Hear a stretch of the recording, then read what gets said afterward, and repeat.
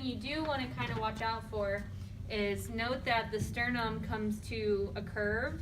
So when you go 3 inches down, you don't want to go with the curve, because I'm losing my inches when I put my hand right on top of the sternum.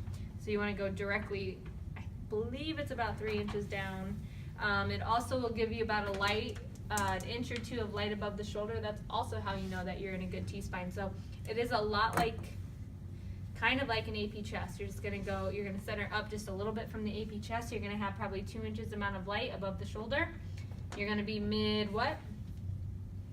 Mid-sagittal. Mid-sagittal, thank you. And I actually need to go down lower because I know this is T12. Isn't that funny? Okay, so inch or two of light above the shoulder, AP T-spine. You want to get T1 through T12 in the picture. Now, part of me doesn't think this is like accurate because now we're like clicking the T1. collimation is off. Is that what it is? 14 by 17. Oh gosh, you guys, what are you doing? It's 14 by 17. Oh.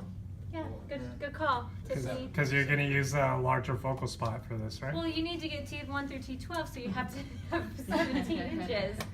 Oh man, that was like. I'm not going to put that one on YouTube, okay? No, yeah, don't put that one on. No, you can just be like. Oh, This is no. what not to do. This is what not to do. Always check. This is what happens when you don't have 7 by 17 collimation. So that makes a lot more sense now, because now we're getting T12. We have a couple of inches of light above the shoulder. We're going halfway between the xiphoid tip, and the jugular notch. So I'm actually going to bring that up a little bit. And with this guy, we have a lot of light, so that's okay. All right. So note, where is the anode here when we have an upright? Going up. It is. Yeah, so it automatically does the anode heel effect for you on an upright position, which is nice because not that it truly makes a huge difference with digital, unfortunately, but if CR, this is a huge difference. Use the anode heel effect to your advantage so that you'd have the anode part of the tube toward the thinner part of the body, which would be up here, cathode negative part of the tube toward the lower part of the body, the thicker part. So that's going to help with the uniformity of your image. Okay, so we're mid-sagittal.